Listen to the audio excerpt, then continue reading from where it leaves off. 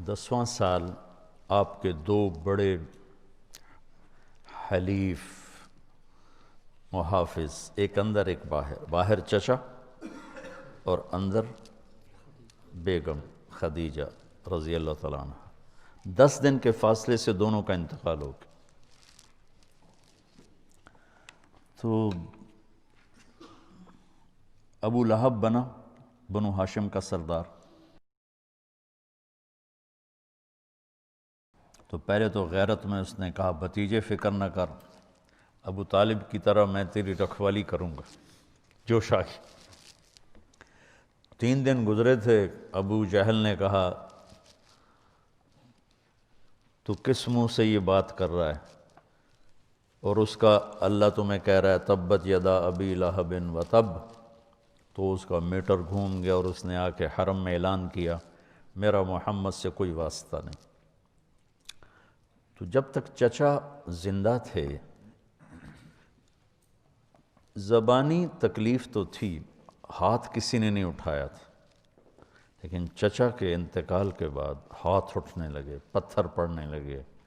وہ جو آپ واقعہ سنتے ہیں چادر گلے میں ڈال کے مروڑا، آنکھیں باہر نکل آئیں، یہ ابو طالب کے انتقال کے بعد کا واقعہ۔ ابو جہل نے پکڑ کے بطحا کی وادی میں گھسیٹا، سارا پہلو زخمی ہو گیا۔ یہ اس کے بعد کے واقعات۔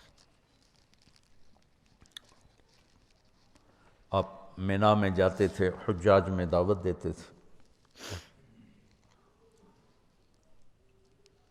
تو یہ اس کے بعد واقعات ہوئے، کوئی پتھر مار رہا ہے، کوئی تھپڑ مار رہا ہے، کوئی منہ پہ تھوک رہا ہے۔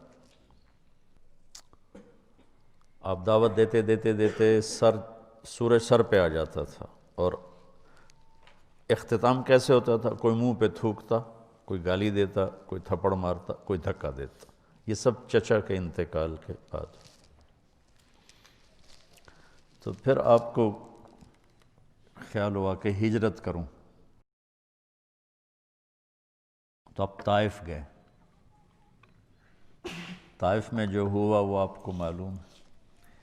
کوئی 4 سال پہلے میں عین اس جگہ پہ پہنچا جہاں آپ کو پتھر پڑے۔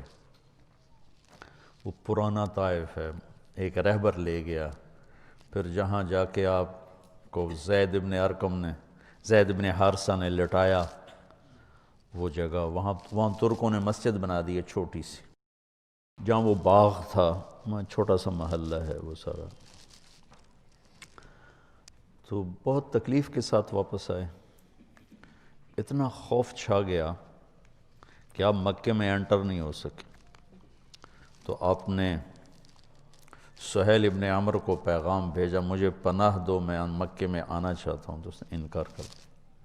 پھر آپ نے صفوان بن امیہ کو پیغام بھیجا کہ مجھے پناہ دو، انکار کر دیا۔ پھر آپ نے اخنس بن شریک کو پیغام بھیجا، اس نے بھی انکار کر دیا۔ پھر آپ نے مطعم بن عدی کو پیغام بھیجا، تو وہ اپنے بچوں کو لے کر آیا۔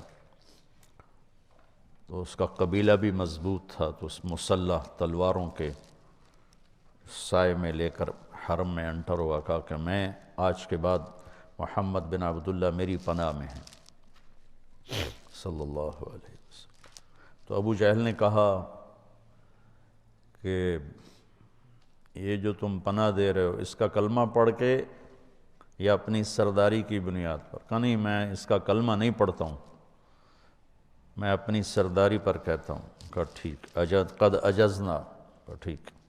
تو پھر کچھ آپ کو امن ہوا، لیکن وہ جو تکلیفیں دکھ تھی وہ چلتے رہے۔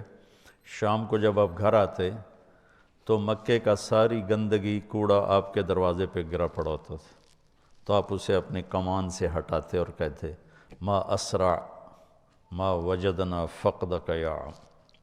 ہوئے ہوئے کیا درد ہے چچا، تیرے جانے کی کمی بہت جلدی محسوس ہونے لگی۔